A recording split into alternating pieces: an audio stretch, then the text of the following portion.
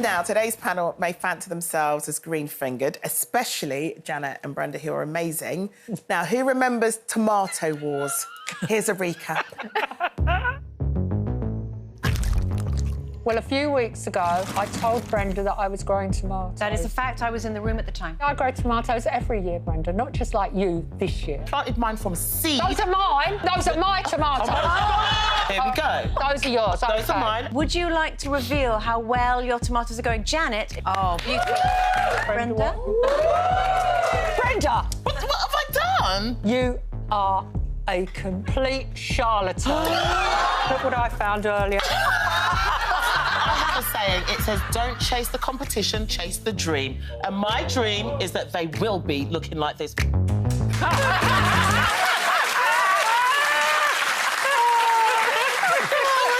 about friendly rivalry right beside Janet and Brennan when it comes to gardening. Today's guest is the man in the know. Joe Clark has millions of... There we go.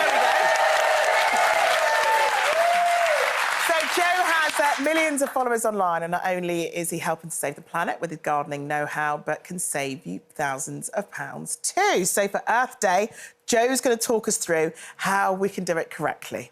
Is that right, Joe? Yes, hopefully. Thank you for having me. That's all right. And it's these two you've got to worry about. I'm one of your million followers. Yes, I do follow you. Brenda's been following you for ages and been telling us all about your top tips.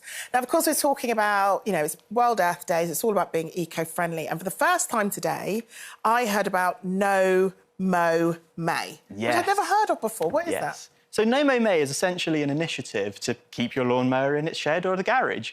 And the idea behind it is to give your lawn a bit of a break, especially at this time of the year. So this time of the year, in the garden, there's a little bit of a gap for the pollinators. So by leaving your lawnmower in the shed, you let some of the natural flowers that could be in your lawn come through, such as clovers, daisy, dandelions, which then the bees, which really need our help at the moment, they have something to come, land on and feed on. But also, it can act as, by letting your lawn grow up a little bit, it acts as almost a natural highway for the mini beasts and the positive insects that you want in the garden to navigate through the garden without fear of birds swooping down and seeing them immediately. What about slugs? Come along. Toads, don't you, for slugs? Don't you bring some toads in? Yeah, so amphibians, so frogs will deal with slugs slightly better than toads. Toads, like ants, they will eat slugs, but amphibians are a fantastic way to keep your slug... So we need a pond, don't we, really? Well, or a washing up bowl or something like that. Yes. So one of the most viral things that I did online, and people are really fascinated by it at the moment, is we took the water container out of our loft and we put a new one in. So I had this sort of old water container, and I thought, wow, why not bury it in the garden? So just... Oh, so like your I don't know, your boiler tank thing. Yes, exactly. That's a good idea. And the deeper it is, the better, just so if something like a heron wants to come along, they've got somewhere to go down and hide.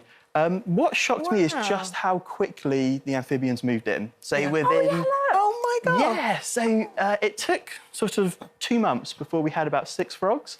And this year, we've got frog spawn and toad spawn. Really simple way to tell the difference. Frog spawn is what we all know and love. We see it all the time, the little collective group of spawn. Yeah. And toads sort of have long trailing spawn, both very welcome in my garden.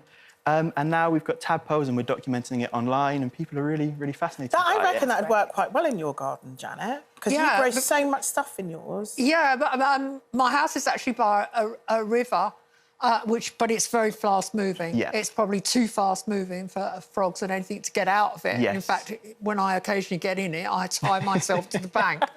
But I applaud the Mow May moles. Where do you stand on moles, though? I have a soft spot for moles. But they dig up the lawn, They do dig up the lawn. However, molehills are fantastic potting soil because they've loosened it up and broken it up for you. So if you're sowing your seeds, turn a negative into a positive, scoop some up. I do have a soft spot for them. I know a lot of gardeners don't. Yeah. But luckily, touch wood, they've not been too much of an issue on my lawn, but I don't have much of a lawn. I've got a little bit of a green space where we can sit and have a barbecue.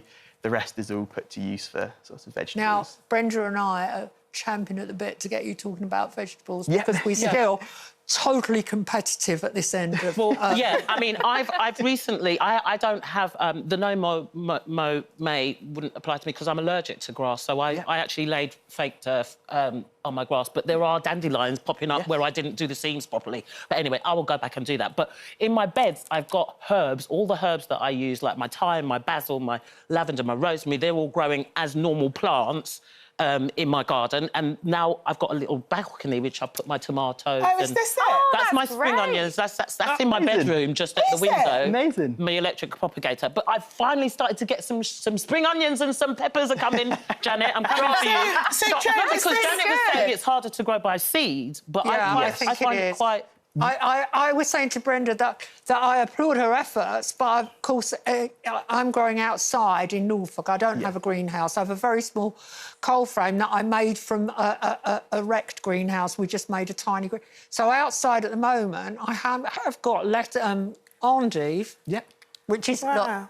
These are my broad beans. Oh, amazing. That I planted out. So with the stuff that Janet's growing, God, that's That's amazing. endive. You've got space for that. Well, they're Janet. If rose you've got beds that I a smaller environment, like, I don't know, a little yard out the balcony. front or a balcony, like Brenda's Those are my got. onions. Is this stuff possible? Yeah, definitely. So with modern varieties, there's sort of dwarf varieties for most crops now. So you can get very small apple trees, sort of 5-6 foot, which would be more than happy in a pot. And a small sort of 5-foot apple tree will produce a decent harvest, sort of 10 to 15 apples. What are the easiest things to grow? I mean, I tried to grow those little Chantenay carrots one year, and they were literally just, like, no bigger than my thumb. They were So sometimes carrots... There they are. That's not a bad harvest. I had so many. I had so many, but they were tiny. What you could do with those carrots, actually, so you've got amazing foliage at the top. Yeah. It makes amazing pesto as a basil substitute. So good. essentially follow a generic pesto recipe, but use your carrot tops and radish tops as well for a bit of a fiery kick, and it's absolutely delicious. It's a really good So idea. I mean, in terms of, like, reusing stuff, I've heard that those pots of herbs that you buy from the supermarket, we can actually grow herbs from that. Yes, so anybody who's bought basil from the supermarket, it's probably suffered the fate that it usually suffers, which is you put it on your windowsill, get a couple of harvests and it dies back. That's not your fault, so please don't be disheartened. It's the way it's grown. It's designed to grow up really fast with quite a weak root system. So what you can do is break it apart. So pop it out of its pot, gently break it apart. So you're separating out little clusters. Because what each little... you can see on the screen. So what each little stem is actually its own individual... Yeah, so each stem has the potential to be its own bush. So basil can grow into quite a large bush. Wow. So by separating it out, you're giving it more room to grow, getting it in some good compost. Also, basil is really simple to propagate. So where the stem is, you can, where there'll be 2 leaves coming off either side, instead of just plucking off each individual leaf from your basil, take a cutting, and then where you've taken a cutting, it will develop 2 shoots, and that's how you get it to bush out and become more of a established plant. And then if you want to get a bit fancy, you can pop that cutting in water, give it about 2 weeks, it will root, pop it on, you've got a whole new basil plant. I now just want to, like, grow stuff with the kids now, Jo. And if you also want to grow stuff, your book is out, Garden to Save the World, with lots of top tips if you're interested in stuff that Jo had to say. Jo, you've been absolutely brilliant. I know these two could just chat to you for hours. And I know that you're meeting the King next week, because you're filming with the King next week, and so we wish you the best of luck with that. Yeah, so in May. And honestly, we are looking forward to all Gardening to Save the World. Well, Jo, thanks very much. Thank you so much for having me.